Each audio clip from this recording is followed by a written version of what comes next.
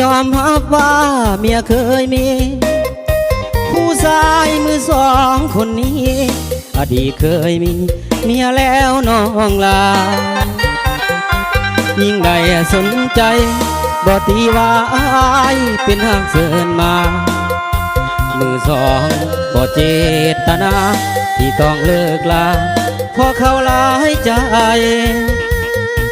เมื่อเขาไปเดินจำต้องหลีกทางให้เขา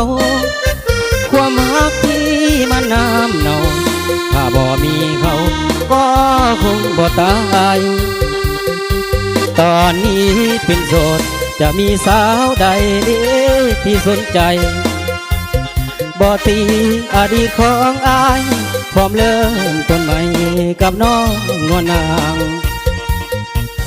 เรื่องเก่าข่าวหลังถือเป็นทางครั้งในอดีตอย่าได้เก็บไปคิดอย่าได้ยึดติดนำไปใส่ใจสิ่งที่สำคัญคือปัจจุบันเท่านั้นสมัยเคยหักคนเก่าเท่าใดจะหักซ้ำไว้ให้เกินกว่านั้นผู้สายมือสองคนนี้หักแท้จริงใจพร้อมเริ่มต้นชีวิตใหม่สาวได้สนใจเสิร์นเลยเสิร์นมารวยจนบ่ตีขอเพียงมีหักจริงแก้วตาสิหักถนอมบูชาบ่ทิมบ่ป่า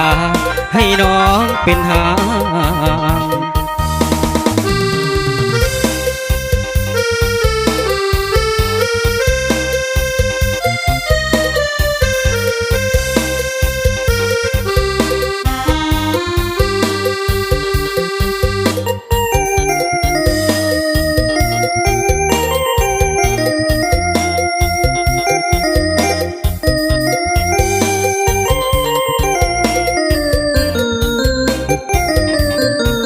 เรื่องเก่าข่าวหลัง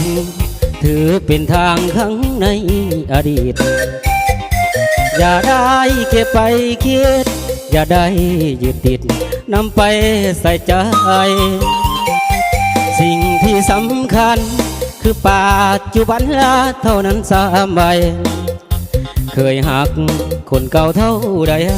จะหักซ้ำไว้ให้เกินกว่านั้นผู้สายมือสองคนนี้หักแท้จริงใจพร้อมเริ่มต้นชีวิตใหม่สาวได้สนใจเสิร์นเลยเสิร์นมารวยจนบ่ตีขอเพียงมีหักจริงแก้วตา